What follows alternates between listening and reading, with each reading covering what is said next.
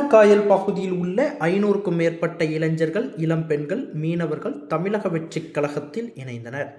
அவர்களுக்கு தூத்துக்குடி மாவட்ட தமிழக வெற்றிக் கழக பொறுப்பாளர் அஜிதா ஆக்குனர் சால்வை அணிவித்து கட்சியில் இணைத்துக் கொண்டார். வருகின்ற 2026ஆம் ஆண்டு சட்டமன்ற தேர்தலில் தலைவர் விஜயை அரியணையில் ஏற்ற இளைஞர்கள் முழு முயற்சியுடன் பாடுபட வேண்டும் என அவர் கேட்டுக்கொண்டார். தமிழக வெற்றிக் கழக பொதுச் செயலாளர் ஆனந்த் உத்தரவின்படி தூத்துக்குடி மாவட்ட பொறுப்பாளர் அஜிதா ஆக்குனர் தமிழக வெற்றிக் கழகத்தில் பொதுமக்கள், இளைஞர்கள், இளம் பெண்களை இணைக்கும் பணியில் தீவிரமாக ஈடுபட்டு வருகின்றார். இதில் புதிய வாக்காளர்களாக இளைஞர்கள் மற்றும் இளம் பெண்களை கட்சியில் மிகுந்த ஆர்வத்துடன் இணைந்து வருகின்றனர்.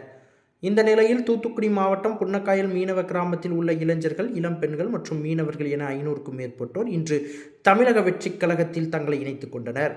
அவர்களுக்கு தூத்துக்குடி மாவட்ட பொறுப்பாளர் அஜிதா ஆக்குனர் சால்வை அணிவித்து கட்சியில் இணைத்துக் கொண்டார். அப்பொழுது அவர் பேசும்பொழுது, தலைவர் விஜயின் தமிழக வெற்றிக் கழகத்தில் இளைஞர்கள், இளம் பெண்கள் மிகுந்த ஆர்வத்துடன் இணைந்து வருகின்றனர். அவர்கள் தங்களை கட்சியில் இணைத்துக் கொள்வது மட்டும் பெரிதல்ல.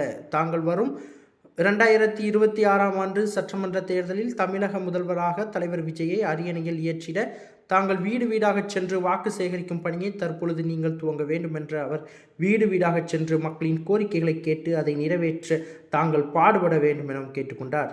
மேலும் மக்கள் பிரச்சனைகளை தன்னிடம் கொண்டு வரும் பொழுதுதான் மாவட்ட நிர்வாகத்திடம் கொண்டு சென்று மக்களுக்கு கோரிக்கையை நிறைவேற்ற பாடுபடுவேன் என தெரிவித்தார்.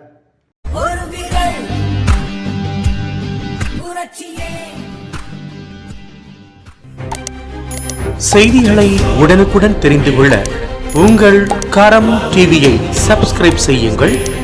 அதோடு பெல் பட்டனையும் கிளிக் செய்யுங்கள்.